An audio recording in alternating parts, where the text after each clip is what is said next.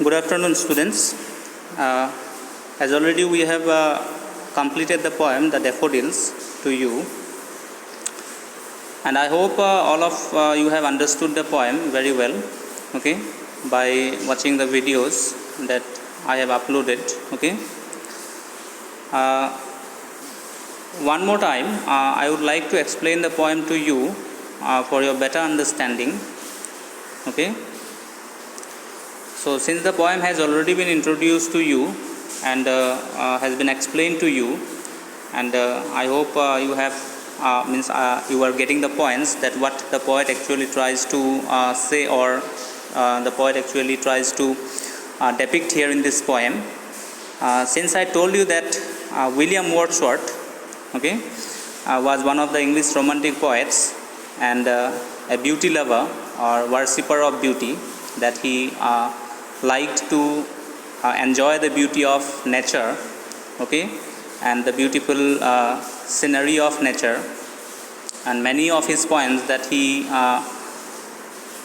has given a very vivid and picturesque description of the charming beauty of nature or many natural objects. So similarly here in this poem also, that the poet William Wordsworth tries to give a very vivid and picturesque description of a very beautiful scenery of nature with the daffodil flowers. Okay, so here since being a means lover of nature or worshipper of nature, the poet used to roam about. Okay, the poet used to go here and there to enjoy the beauty, okay, of nature. So once he was just wandering, or he was just going here and there, okay, or he was just roaming about without having any reason, and suddenly he saw or noticed a very beautiful and charming scenery of nature of beautiful daffodil flowers, and which left a deep impression on his mind.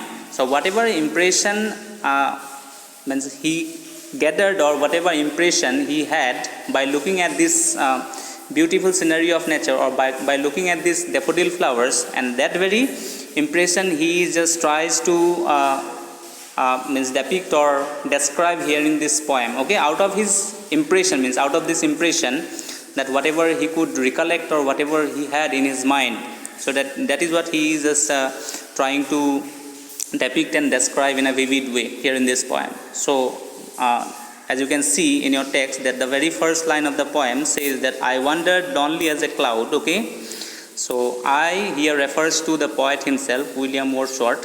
So the poet says that he was wandering lonely as a cloud. Okay, lonely means, okay, without being or without having any company with him, he was just lonely. Being very lonely, he was wandering, he was going here and there, or he was roaming about like a cloud. The poet compares himself to a cloud, okay, because as we know that the clouds roam about or go here and there, okay, the cloud moves without having any reason. So similarly, poet did not have any reason to go out, or did not have any reason to roam about. Simply he was going, or simply he was moving about or roaming about like a cloud, okay, that floats on high over vales and hills. So the poet says that the clouds, okay, to which he compares himself, that floats over high valleys and hills. Okay, that the poet says that he was wandering like a cloud which floats over or high over valleys and hills. Okay, when all at once I saw a crowd, a host of golden daffodils, and suddenly, while he was roaming about, or while he was going here and there, or while he was moving, okay, that suddenly he saw a crowd of golden daffodils, or a host of golden daffodils. Okay, so in search of beauty means, okay, in search of beauty, or he was just looking for beauty of nature, and suddenly he saw a very beautiful scenery of nature. That what did he saw? That he see or he saw that a host of golden daffodils, or a crowd of golden daffodils, means he noticed a countless number of golden daffodil flowers which looked very beautiful, and he was just mesmerized to see the beauty of these daffodil flowers. Okay, he stopped for a while to see, to enjoy the beauty of these daffodil flowers. Next he says, beside the lake, beneath the trees, fluttering and dancing in the breeze.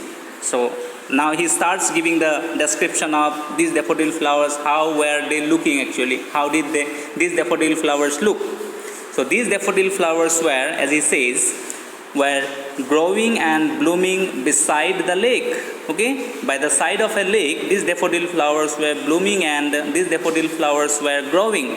Beneath the trees, beneath means under the trees. Okay, fluttering and dancing in the breeze. So these daffodil flowers were looking very beautiful, very charming, and also these daffodil flowers seemed to be very happy. Okay, joyous, and the poet could see that these daffodil flowers were fluttering and dancing, as if the poet says that as if these daffodil flowers were also dancing along the force of the breeze. Breeze means cold wind. Okay, along the force or along the current of the cold wind, these daffodil flowers were dancing, and fluttering means just moving their heads. They were just touching their heads. Okay, being very happy. Along with the beauty and charm, these daffodil flowers were also looking very happy, right? So in the next stanza, again he says, continuous as the stars that shine and twinkle on the Milky Way. So these daffodil flowers were continuous as the stars that shine and twinkle on the Milky Way. Again the poet makes a comparison between the daffodil flowers, or innumerable or means countless number of daffodil flowers, to the stars in the sky. As we know that the stars cannot be counted in the sky. Okay, so since or like the cloud means like the stars which are uncountable and that shine and twinkle in the Milky Way on the sky or in the sky. Similarly, these daffodil flowers were also shining and twinkling like the stars in the sky, and they were continuous and they were uncountable like the stars. Again, the poet's comparison between the continuous or uncountable number of daffodil flowers and the shining and twinkling stars in the sky is very apt. Okay, so he compares the golden daffodil flowers to the stars in the sky. Okay, they stretch in never-ending line. The poet again says that these daffodil flowers were stretched or extended, okay, in never-ending line. Means these daffodil, golden or beautiful daffodil flowers were blooming and growing in a stretched and extended manner. Okay, the end of the line could not be visualized by the poet. That is why he says a never-ending line. Okay, the line in which these daffodil flowers were standing, or these daffodil flowers were blooming and growing, the end of that line could not be seen by the poet. This simply means these daffodil flowers were blooming and growing in uncountable or countless number of daffodil flowers were blooming there, right? Along the margin of a bay means these golden daffodil flowers or golden daffodils were blooming and growing by the margin or by the side of a bay. Bay here refers to a water body or a stream. So as already I said that these daffodil flowers were blooming or growing beside the lake. Okay, so by the bank or by the side of this lake or by the side of this bay, these daffodil flowers were standing or blooming in a never-ending line. Okay, never-ending line means then the end of that line could not be seen. Okay, so as long as that he could see, he could visualize the daffodil flowers were stretching and they were extended. Okay, 10,000 saw I at a glance.